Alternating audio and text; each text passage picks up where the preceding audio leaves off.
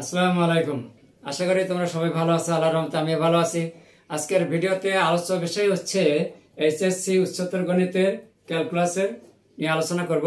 আর ক্যালকুলাসের মধ্যে বিষয়টা হচ্ছে এক্স এর সাপেক্ষে আমরা কিভাবে অন্তরজ নির্ণয় করি তা আমি আজকে ভিডিও ক্লাসের মাধ্যমে তোমাদের সামনে দেখানোর চেষ্টা করব।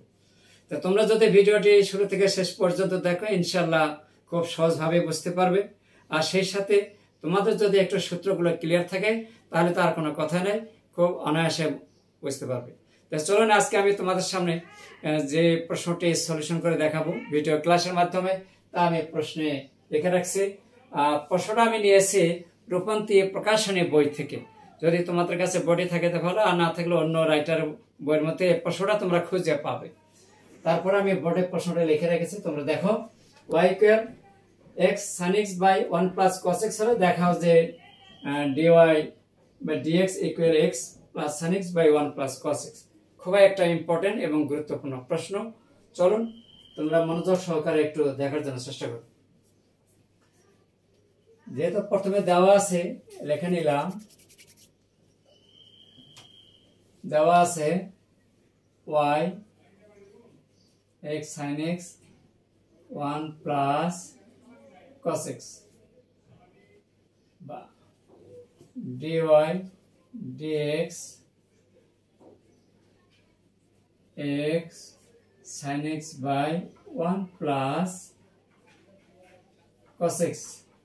এখন আমরা এটাকে ddx u by v হিসাবে আমরা সূত্র প্রয়োগ করব। উপর অংশটাকে u, লবকে u এবং হরকে v হিসাবে মনে করব। তাহলে সেই হিসাবে আমরা লিখতে পারি v হচ্ছে আমাদের 1 plus cos x ddx x sin x minus সূত্রের minus u ddx v u x sin x ddx 1 plus cos x by v square অর্থাৎ 1 plus cos x plus square.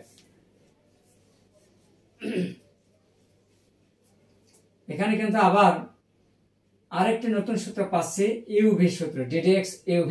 অবশ্যই তোমরা জানো u ddx v plus v ddx u। তাহলে 1 plus cos x, u হচ্ছে x x ddx v আবার দেখা দিচ্ছি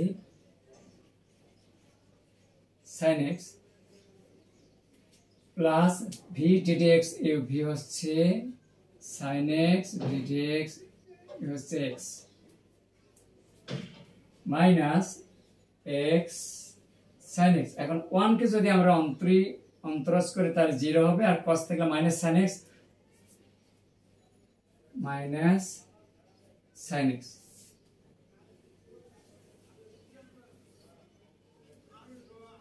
one plus cos x। এখন ফলাফল 1 প্লাস cos x, এখান থেকে sin থেকে আমরা পাবো ddx sin x cos x। তাহলে x cos x plus sin x, x থেকে 1 আসে, 1টা না লিখলেও চলবে, আর মাইনাস মাইনাসে plus x sin square x, sin sin গুণ করে sin square x 1 plus cos x whole square. এখন বাকি অংশটুকু আমরা একটু ডান পাশে নিয়ে নেই। তাহলে এখানে a 1 প্লাস cos x, তাহলে এখানে ভিতরে আমরা গুণ দেব। তাহলে 1 দ্বারা যদি এখানে গুণ দেই তাহলে x cos x x cos x, এখানে যদি গুণ যায় প্লাস sin x। এখন cos দ্বারা গুণ দেব, তাহলে x cos square x x cos square x, আবার এখানে যদি গুণ যায় তাহলে sin x cos x sin x cos x plus x sin square x by 1 plus cos x whole square।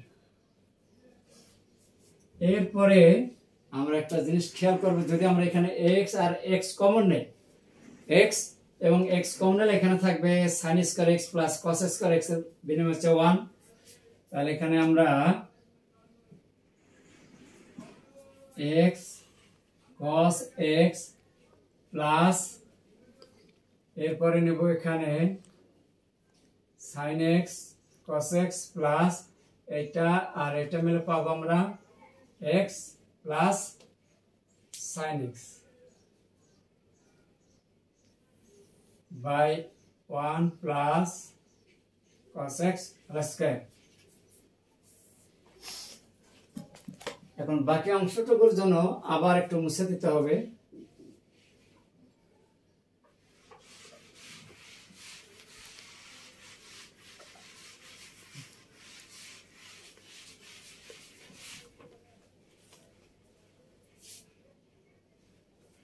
এখন এই দুটোর মধ্যে আমাদের কি কমন যায়, এখানে কমন আসতেছে cos x।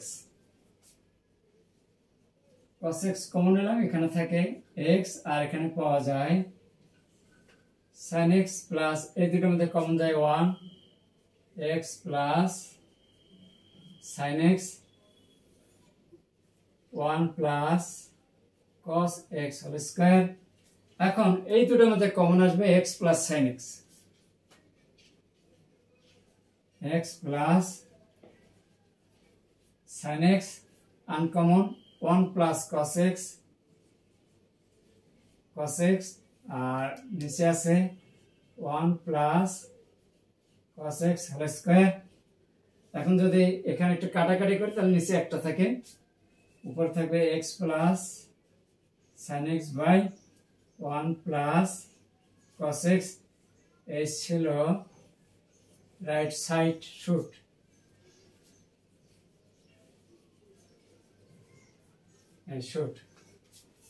আশা করি তোমরা বুঝতে পেরেছো।